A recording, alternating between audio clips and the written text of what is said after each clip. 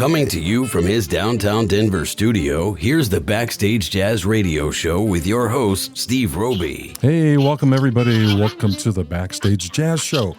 I'm Steve Roby, and my guest today is jazz musician and educator Joe Anderies. Joe is here to discuss his album Resonance and much more. Welcome to Backstage Jazz, Joe. Thanks, Steve. Great to be here. Great. Well, why don't we start off with a brief overview of your musical career and who influenced your style? Wow, that's a big one, but I'll try to do just the overview, which is that I grew up in Grand Junction and had played in band when I was a kid, but I didn't really continue so much in high school. Kind of got into some blues, harmonica, and guitar in high school, and then when I got into my first year of college, which then was a junior college over there at Mesa, in my second year, my first year over there, I picked up my sister's flute one day, and that just kind of hooked me immediately. And over that summer, I started jamming with some friends and came back and switched to a music major and had a really amazing teacher over there, Dr. Paul Schneider, who was head of the music department, got me going on saxophone and flute, and hooked me up with a great flute teacher over there, Dr. Alan Porter. So my years at Mesa were really the foundation, kind of got me into not only my skills, but, jazz. Mm-hmm. And then from there, he encouraged me to go down to what was then called North Texas State University, now called University of North Texas, UNT.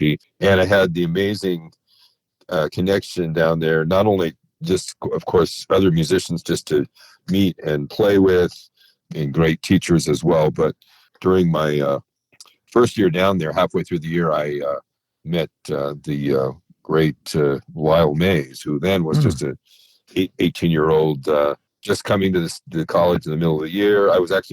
Me and a friend of mine were the first people to meet him that he arrived. Just happened to be in the music dorm. We ran into him and got talking, and we actually got to play with him for the next 3 evenings with our jam band, and then.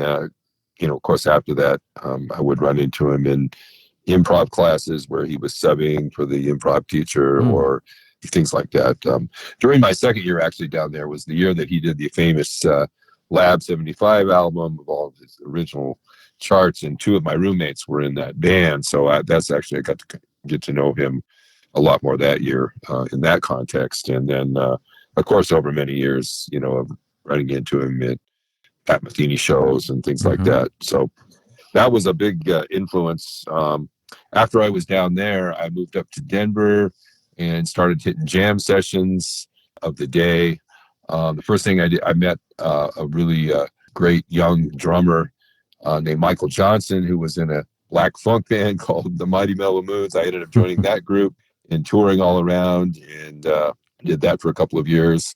During that period, I also, through a mutual friend, I met pianist Rob Mullins, who was at that time just out of high school, and started hanging and playing and writing music together, and so that has served for still to this time. We still perform together every once in a while. So that's kind of what my initial my playing thing kind of came out of that. And then after I was in Denver in these various groups for a while, I decided to get my teaching degree. That my wife went back to school at Metro, had an amazing flute teacher there, Rod Garnett. So I kind of did a dual major of music ed and flute performance. And then from there, I sort of just piggybacked the career by landing my first teaching job, which was in Douglas County Schools, out at a school called Rock Ridge, where I did halftime band and halftime general music. And then within a few years from there, I was teaching band only at a couple of schools in Highlands Ranch, Summit View, and Heritage. And at that time, the band programs ran through 5th and 6th grade in the elementary schools, and it was part of the school day. So it was really an opportunity to kind of build a cutting edge program without, a lot of people breathing over my shoulders. People were happy to, administrators were happy to see me do this creative thing. So I started integrating music technology and introducing jazz to even beginning players, and started bringing out people to kind of sit in with the kids. And the first group that I brought out was Paul Romaine, on drums, and Mark Sloniker on keyboard, and a bass player named Dwight Killian, who's now living down in Arizona. And that kind of started the whole thing of integrating professionals with young musicians. And from there, I built this whole program called the Music Beyond Borders Project, which was the whole thing of integrating professionals with young musicians. And within a few years, I was taking 80 and 90 piece sixth grade bands, Wow. my two schools combined, to the Greeley Jazz Festival with people like Paul Romaine and Ron Miles and Hugh Ragin and Greg Gisbert sitting in with the kids. And Wow. so that kind of launched that whole thing, which actually was really kind of what led into the whole CCJA program.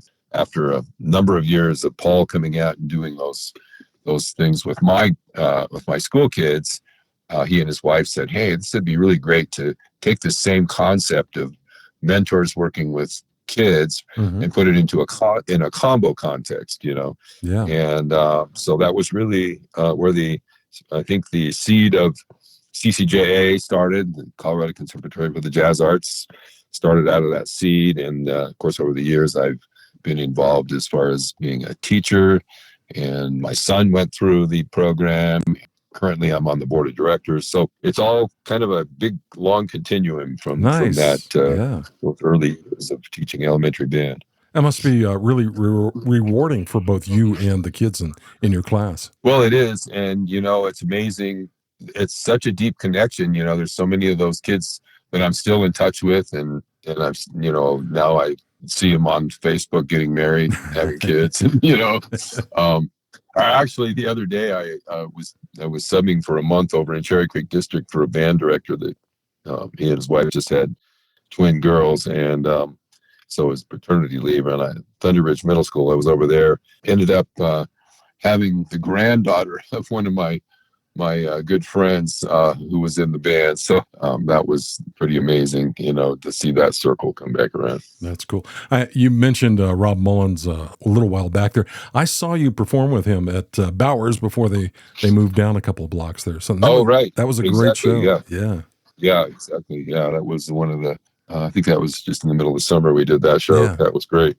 What's your take on the music scene here for jazz musicians in the Denver area? Well, actually, I think it's really one of the better ones around. I mean, in terms of, and for me personally, I'm not out trying to gig all the time because of my teaching thing. I prefer to, kind of go for a few quality things that I can really promote and really put together. But I could be playing a lot more if I wanted to do that full time, because the younger players that are out there are playing so much. I mean, it's just crazy, some of the younger players right now, they're just, 5 or 6, 7 gigs a week, man. And it's honestly, knowing from, my son who lives out in Los Angeles is a jazz drummer, it's definitely not the scene out there that people, would be doing that kind of thing, unless they're the A-call studio players and all that. That's a real cutthroat scene out there. Actually.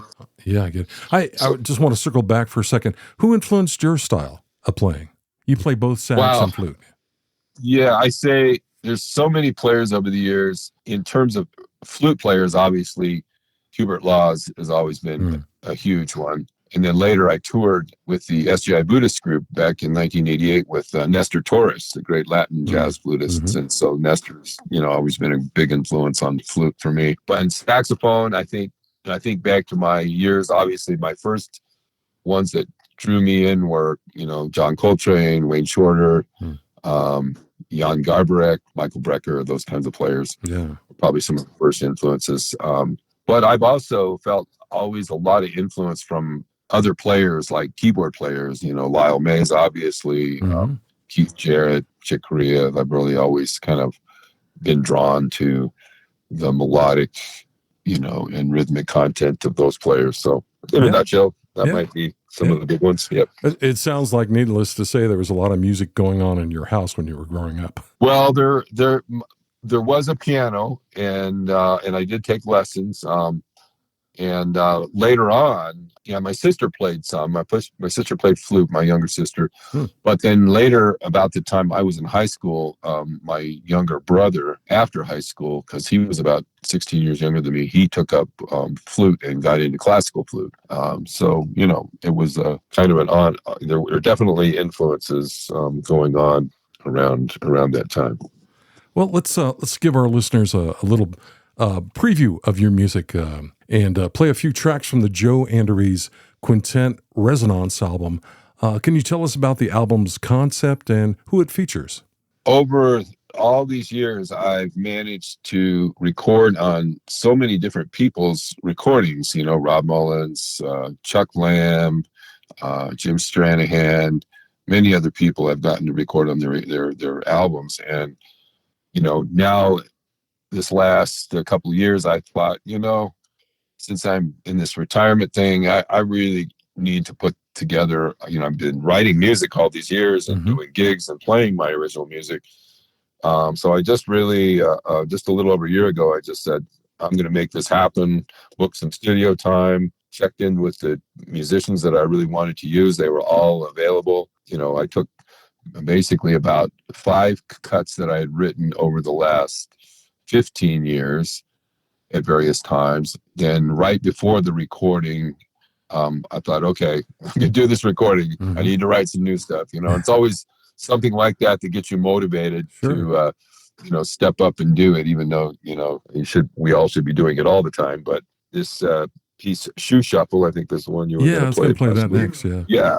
So it was just an influence of some other music that I had played with other musicians, and just kind of that whole Eddie Harris kind of groove. And so there's one of those ones I just sat down on the keyboard one day knowing I was going to the studio and I want to write a tune in this kind of a vein. And let's play Shoe Shuffle now by Joe Anderies Quintet from the Resonance album.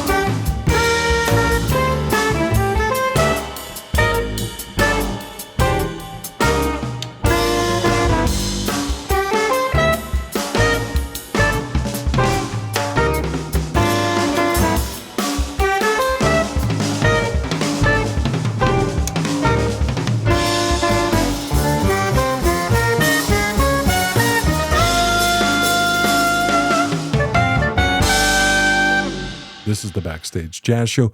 My guest today is Joe Anderies. Let's play another track, Joe.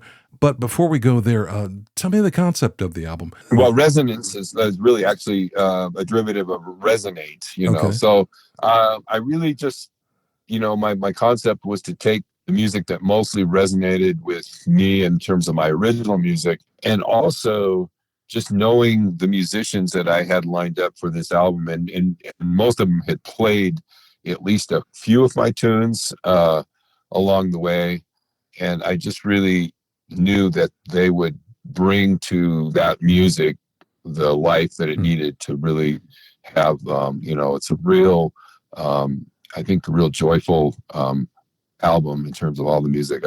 People always tell me that, and I feel that too as well. Yeah. So, and then also part of the whole thing of the title is that I was thinking of titling it one of the tunes on the album, and then I was trying to think of artwork, and my wife suggested this artist, Sangeeta Reddy, who she knows, and we've been to a couple of her shows. She's originally from India, but she lives here in Denver. She shows all over the world.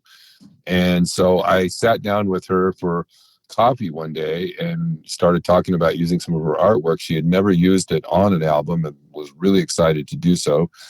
And we were talking about some of her various paintings, and one of her paintings was called Resonance of Red. Okay. It wasn't the right painting for the album, but I thought, as we were talking, I said, I really like that title, Resonance. I think that would be a great title for this music. And she said, "Oh, I agree." And she pulled up the piece of artwork you see on the cover and said, "Hey, why don't you use this?" And let me use it. So anyway, we're really indebted to Sangeeta Reddy for providing the great artwork, which I think it's beautiful cover art. Very much with music. Yeah, absolutely. Definitely. Well, let's play another track. This one's called Breakaway.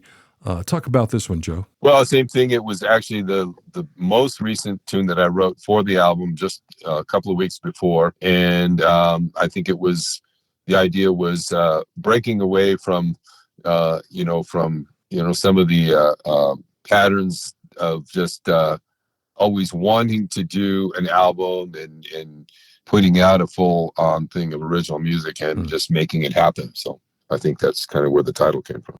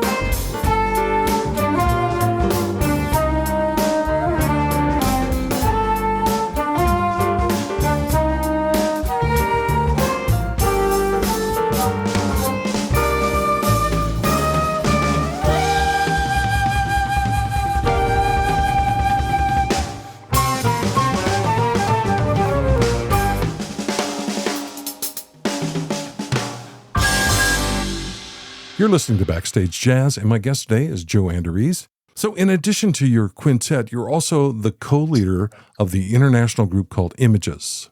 Tell us more. Yeah, that was the case. That group is no longer together as a regular thing, although we have done, I think, 2 or 3 different reunions over the years.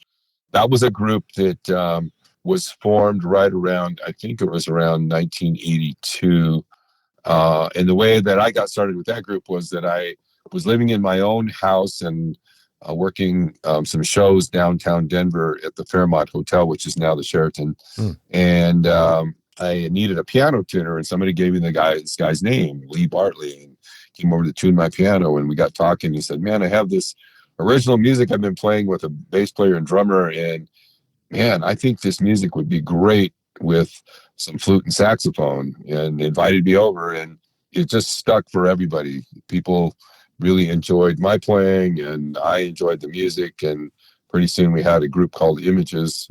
And so I think, most of the music that was on the 3 albums that we did was maybe about 2/3 of the music was written by the piano player Lee Bartley, and then maybe 1/3 of it by myself, a couple of pieces also by the bass player. So, we really kind of all sort of co-led that group, but I would say overall it was probably me and Lee, the piano player, and the bass player, Rich, that, ended up booking a lot of gigs and putting a lot of things together and making that those 3 albums come together. Are those recordings still available? You can find you can find those on YouTube. If you put in Images with my name or Images Jazz, you would probably come up with it. One of the albums actually was sort of the 3rd album that we did, which I think was the one that people really liked the most, is called Finesse. So if you put in Images Finesse into YouTube, you probably come up with it. They're not available on the commercial market. I have seen occasionally on some, used sellers and stuff, people still have, CDs and vinyl, actually. Oh, wow. I still actually have some. I actually have some unopened vinyls. Whoa! So if they could come. They could hit me up sometime. I might. I just might be one of those people. You might be, yeah. But they were really classic albums during the time. We were getting some of those pieces were getting played on the news break for Channel 2 News and radio stuff, and we were getting airplay all across the country at the time. Back when that was a thing, right? Radio airplay. So they became very, very well known, and so. I think the last reunion we did was at Dazzle at Bowers a few years ago.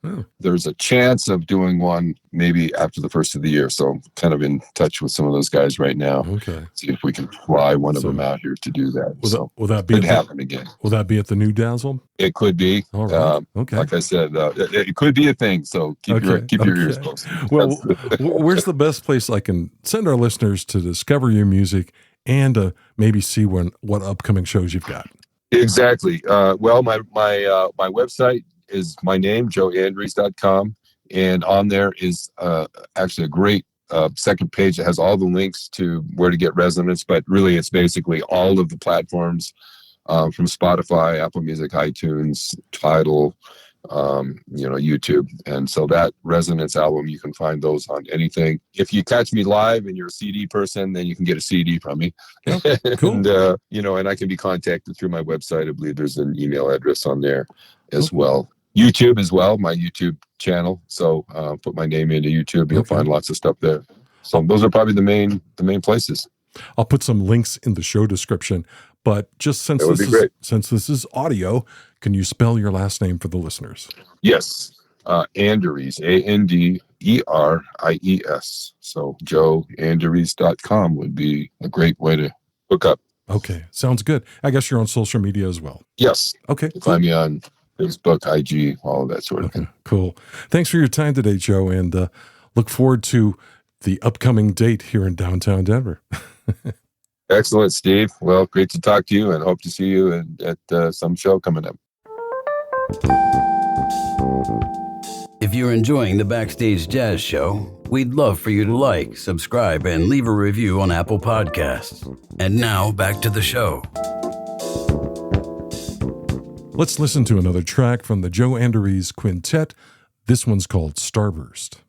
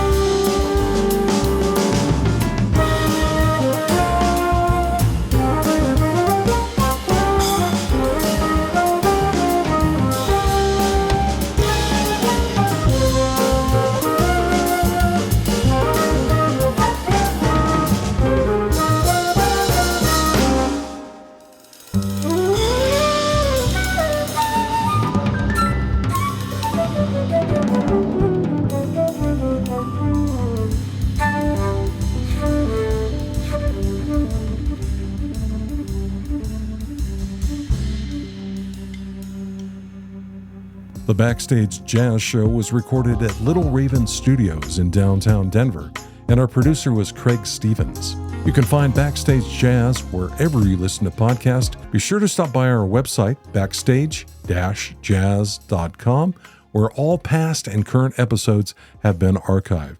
If you'd like to be a guest on the show, you can email us at backstagejazz@fastmail.com. This is Steve Roby. Thanks for listening, and we'll see you next time on Backstage Jazz. You've been listening to the Backstage Jazz Show.